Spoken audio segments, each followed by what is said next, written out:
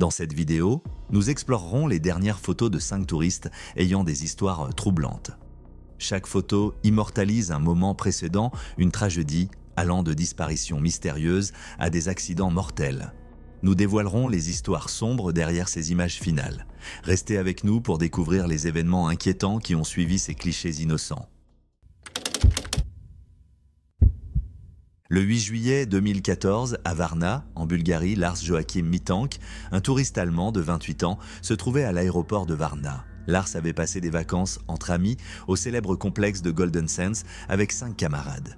Mais le 7 juillet, les choses ont pris une tournure dramatique lorsque Lars s'est disputé violemment avec des compatriotes allemands, supporters de l'équipe rivale du Bayern Munich, dans un bar local. La dispute a dégénéré en une bagarre physique. Lars a disparu du bar cette nuit-là, laissant ses amis incapables de le retrouver. Il est réapparu le lendemain à leur hôtel blessé. Il a affirmé avoir été battu par 4 hommes, ce qui lui avait causé une mâchoire fracturée et un tympan perforé. Ses blessures étaient si graves qu'un médecin lui a conseillé de ne pas prendre l'avion avec ses amis pour rentrer chez eux. Il a donc réservé une chambre pour une nuit à l'hôtel Color Varna, un hôtel bon marché près de l'aéroport. Ce soir-là, le comportement de Lars a pris une tournure inquiétante. Il a passé un appel frénétique à sa mère, Sandra, chuchotant qu'il était en danger et que des personnes tentaient de le tuer. Il lui a demandé d'annuler immédiatement ses cartes bancaires. Sandra a confié qu'elle pouvait entendre les battements de cœur affolés de son fils à travers le téléphone et elle était terrifiée pour sa sécurité. Les caméras de surveillance de l'hôtel l'ont filmé en train de marcher nerveusement dans les couloirs, de se cacher dans l'ascenseur et d'observer par les fenêtres. Il a quitté l'hôtel vers 1h du matin pour y revenir 1 heure plus tard, sans qu'aucun indice ne révèle où il était allé. Le lendemain, Lars s'est dirigé vers l'aéroport pour prendre un vol vers l'Allemagne. Il a été filmé par les caméras de sécurité, agissant de manière nerveuse et jetant fréquemment des regards par-dessus son épaule. À l'aéroport, il s'est rendu chez le médecin pour vérifier si ses blessures étaient suffisamment guéries pour qu'il puisse prendre l'avion. Pendant la consultation, un ouvrier du bâtiment est entré dans la pièce. La réaction de Lars a été immédiate et extrême. Il a laissé son sac à dos contenant son passeport, son téléphone et son portefeuille et s'est enfui du terminal. Les caméras de sécurité ont capturé Lars en train de courir à travers l'aéroport, traversant le parking avant de franchir une clôture de 2 mètres. Il a disparu dans la forêt environnante et malgré des recherches intensives, il n'a jamais été retrouvé. Était-il réellement poursuivi ou son traumatisme crânien et les antibiotiques qu'il prenait ont-ils déclenché un épisode paranoïaque? La Bulgarie est connue pour ses niveaux élevés de trafic humain et de crime organisé, ce qui a poussé certains à spéculer qu'il était effectivement pourchassé. Cependant, les enquêtes policières n'ont pas fourni de preuves concrètes pour étayer cette théorie. Le cas de Lars a rapidement gagné en popularité en ligne, ces derniers instants capturés par les caméras de surveillance devenant une sensation virale. La vidéo a été vue des millions de fois sur YouTube, lui valant le titre de « personne disparue la plus célèbre de YouTube ». Les détectives amateurs et les passionnés de crimes non résolus se sont concentrés sur la vidéo. Certains pensent qu'il a été victime d'un acte criminel, tandis que d'autres pensent qu'il a succombé à un épisode psychotique déclenché par ses blessures et la médication. Malgré toute l'attention médiatique, l'affaire Lars demeure non résolue. Sa mère, Sandra, continue de chercher son fils, gérant une page Facebook dédiée à sa recherche et imprimant des milliers de flyers de disparition. Elle est convaincue que Lars est toujours en vie, mais qu'il souffre peut-être d'amnésie. En 2016, il y a eu une possible avancée lorsque la police brésilienne a tweeté la photo d'un homme barbu marchant pieds nus le long d'une autoroute. L'image ressemblait étrangement à une photo de progression d'âge de Lars.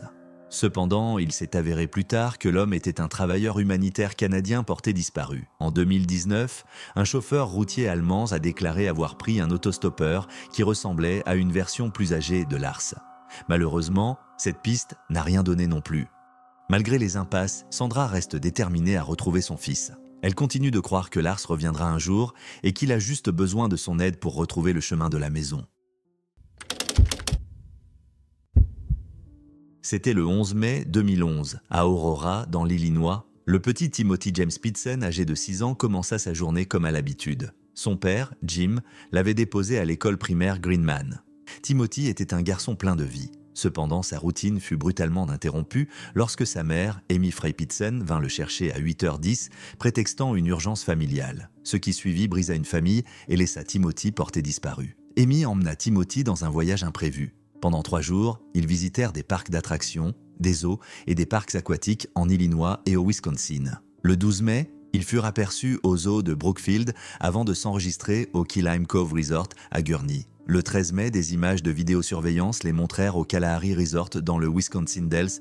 Le 13 mai, Amy passa des appels à des membres de la famille vers midi, les rassurant en leur disant qu'ils étaient en sécurité. Lors de l'un des appels, on entendit Timothy dire qu'il avait faim. Les enregistrements téléphoniques montrèrent que ces appels avaient été passés près de la route 40, au nord-ouest de Sterling dans l'Illinois. Plus tard dans la journée, Amy fut seule sur les caméras de sécurité d'un magasin Family Dollar à Winnebago, Illinois, à 19h30. À 20h, elle fut de nouveau vue seule dans le magasin Sullivan's Food à Winnebago. Vers 23h15, elle s'enregistra à l'hôtel Rockford Inn à Rockford, Illinois. Cette nuit-là ou au petit matin, Amy mit fin à ses jours en se tranchant les poignets et le cou avant de prendre une overdose d'antihistaminique. Une femme de ménage trouva le corps d'Amy à 12h30 le 14 mai. À côté d'elle, il y avait une note s'excusant pour le désordre et affirmant que Timothy était en sécurité avec quelqu'un qui prendrait soin de lui, mais qu'il ne serait jamais retrouvé. Les enregistrements téléphoniques d'Amy montrèrent qu'elle avait parcouru environ 170 miles le long de la rivière Rock en direction de Sterling avant d'éteindre son téléphone. Elle avait déjà fait 2 voyages à Sterling en février et mars 2011 qu'elle n'avait jamais mentionné à quiconque. Le but de ces voyages reste inconnu. La famille de Timothy s'accrochait à l'espoir. Son père, Jim, et sa grand-mère, Linda, n'ont jamais cessé de le chercher. Une théorie suggère qu'Amy aurait organisé l'adoption de Timothy via un réseau illégal, veillant peut-être à ce qu'il soit élevé selon ses souhaits, peut-être dans une communauté religieuse. Cette idée a gagné en crédibilité en raison de l'éducation mormone d'Amy. Hannah Soukup, une amie d'enfance de Timothy, croyait qu'il pourrait se trouver dans une communauté mormone isolée, ignorant sa véritable identité. La grand-mère de Timothy, Linda, soutenait cette théorie, pensant que les actions d'Amy étaient motivées par ses croyances religieuses et son refus d'affronter un autre divorce. Le comportement énigmatique d'Amy et sa note finale ne faisaient qu'ajouter à l'incertitude inquiétante entourant le sort de Timothy. Les dernières images d'Amy et de Timothy ensemble provenaient du Kalahari Resort, montrant une mère et un fils heureux. Au moment où Amy fut vue seule à Winnebago, Timothy avait disparu. La découverte du corps d'Amy à l'hôtel Rockford Inn ne fit que renforcer le mystère. La police trouva de l'herbe, de la terre et des traces de sang dans sa voiture, plus tard déterminées comme provenant d'un saignement de nez que Timothy avait eu quelques mois plus tôt. Les enquêteurs ont exploré de nombreuses possibilités, y compris l'idée qu'Amy avait confié Timothy à quelqu'un avant de se donner la mort. Le manque de preuves et la note énigmatique ont maintenu l'affaire ouverte pendant plus d'une décennie. En 2014, un espoir est né lorsqu'une femme du nord de l'Illinois a signalé avoir vu un garçon ressemblant à Timothy, mais cette piste, comme tant d'autres, n'a rien donné. Le rebondissement le plus étrange eut lieu en 2019, lorsqu'un garçon de 14 ans de Cincinnati affirma être Timothy. Le test ADN ne correspondait pas, et il fut plus tard identifié comme Brian Rini, un homme de 25 ans ayant un passé d'imposteur. La recherche de Timothy a inclus l'analyse des débris provenant du SUV d'Amy, qui ne correspondait pas à la terre du nord de l'Illinois. Malgré les années écoulées, Jim et sa famille ont gardent espoir. Jim croit que son fils est quelque part, peut-être vivant en dehors des radars, inconscient de sa véritable identité. C'était le 11 janvier 2007, lorsque l'aventurier australien de 38 ans, Andrew Macaulay, entreprit son plus grand défi. Un voyage en kayak en solitaire à travers la mer de Tasmanie, reliant l'Australie à la Nouvelle-Zélande. Connu pour son esprit audacieux et son amour des aventures extrêmes, Andrew était un alpiniste et kayakiste expérimenté avec de nombreuses prouesses dangereuses à son actif. Andrew est né le 7 août 1968 à Goulburn, en Nouvelle-Galles du Sud. En grandissant dans le Queensland avec son frère Michael, il se fit connaître pour sa personnalité intrépide, s'adonnant à des activités telles que la natation, l'escalade d'arbres et les sauts de falaise. Cet esprit d'aventure l'accompagna jusqu'à l'âge adulte, l'amenant à relever des défis de plus en plus palpitants. À la fin des années 1990, lors d'un voyage d'alpinisme en Patagonie, Andrew découvrit sa passion pour le kayak. Une tempête soudaine força son groupe à naviguer à travers les fjords chiliens en kayak, ce qui éveilla son intérêt pour ce sport. Dès lors, il s'attaqua à des défis de kayak de plus en plus difficiles, y compris une traversée directe et sans escale du détroit de Bass en 2003, un périple qui prit 35 heures. Un autre exploit notable fut son voyage de près de 530 km à travers le golfe de Carpentarie dans le nord de l'Australie, un périple qui lui prit une semaine. Ses efforts lui valurent le titre d'aventurier de l'année décerné par la Société géographique australienne en 2005. Avec un tel palmarès, beaucoup pensaient qu'Andrew réussirait à traverser la mer de Tasmanie. Ce dangereux bras de mer entre l'Australie et la Nouvelle-Zélande avait fait échouer toutes les tentatives précédentes. Sa première tentative en décembre 2006 fut interrompue après une seule nuit en raison de conditions glaciales qui provoquèrent une hypothermie. Indemne, il modifia son équipement et repartit le 11 janvier 2007 avec un kayak Mirage spécialement isolé, conçu pour dormir à l'intérieur. Ce kayak, équipé d'une coque en fibre de verre jaune surnommée Casper, était conçu pour le protéger lors des tempêtes violentes et lui permettre de dormir à l'abri. Andrew resta en contact régulier avec ses amis et sa famille à travers des photos et des vidéos. Dans l'un de ses premiers enregistrements, il exprimait un mélange d'excitation et d'appréhension, déclarant « C'est une aventure incroyable, si j'y arrive. C'est plus intense que je ne l'avais imaginé. J'espère juste ne pas avoir visé trop haut. » Près d'un mois après le début de son périple, Andrew fit face à une tempête violente au large des côtes néo-zélandaises. Il passa plus de 27 heures à l'intérieur de son kayak, affrontant des vagues implacables qui firent plusieurs tonneaux avec son embarcation et l'entraînèrent sous l'eau à plus de 9 mètres de profondeur. Malgré ces conditions effrayantes, il sortit de la tempête. Le 8 février 2007, Andrew envoya un message à sa femme Vicky disant « À dimanche 9h, sa famille et ses amis se préparaient avec impatience à son arrivée à Milford Sound, en Nouvelle-Zélande, prévoyant une petite célébration. Cependant, Andrew n'atteignit jamais la côte. Le 9 février, la garde côtière néo-zélandaise reçut un message radio brouillé et incohérent. D'abord considéré comme un simple contrôle de routine, le message fut ensuite déchiffré, révélant les mots « aide » et « je coule ». Ce soir-là, ils retrouvèrent le kayak retourné d'Andrew à environ 55 km de Milford Sound. Le kayak était largement intact, avec seulement des dommages mineurs, mais Andrew était introuvable. Sa pagaie, son téléphone, son GPS et sa radio d'urgence se trouvaient toujours à l'intérieur du kayak, mais la coque Casper manquait. Les recherches se poursuivirent jusqu'au 12 février, puis furent abandonnées. Andrew Macaulay fut présumé mort et sa famille ainsi que ses amis durent affronter le mystère de sa disparition. Paul Hewitson, le fabricant du kayak d'Andrew, supposa qu'Andrew avait pu chavirer alors que Casper n'était pas correctement fixé, entraînant le remplissage du kayak avec de l'eau et la séparation d'Andrew. D'autres théories suggérèrent qu'une vague déferlante aurait pu frapper, provoquant la séparation d'Andrew de son kayak. Malgré les recherches approfondies et la récupération de son équipement, le corps d'Andrew ne fut jamais retrouvé. Le 26 février 2007, une cérémonie commémorative fut organisée pour Andrew au phare de Macquarie à Sydney, surplombant la mer de Tasmanie. Environ 400 amis et membres de la famille se rassemblèrent. Lors de la cérémonie, les derniers mots glaçants d'Andrew furent partagés « J'ai peut-être visé trop haut ». Le 11 septembre 2014, William Tyrrell, un garçon de 3 ans, s'est rendu avec sa famille d'accueil de Sydney pour rendre visite à sa grand-mère d'accueil à Kendall, en Nouvelle-Galles du Sud. Le lendemain matin, William jouait à cache-cache avec sa sœur de 5 ans dans le jardin de la maison de sa grand-mère sur Benarun Drive. Vers 10h, sa mère d'accueil est rentrée à l'intérieur pour préparer une tasse de thé, laissant William et sa sœur dehors. Quand elle est revenue, William avait disparu. Malgré des recherches approfondies menées par la police, aucune trace de William n'a été retrouvée. À 10h57, la mère d'accueil de William a signalé sa disparition et la police de la Nouvelle-Galles du Sud est arrivée peu de temps après. Le dernier son dont elle se souvenait était celui de William imitant le rugissement d'un tigre avant qu'il ne disparaisse. Les enquêtes ont révélé que 2 voitures avaient été aperçues près de la maison ce matin-là. Mais aucun indice significatif n'a émergé de cette piste.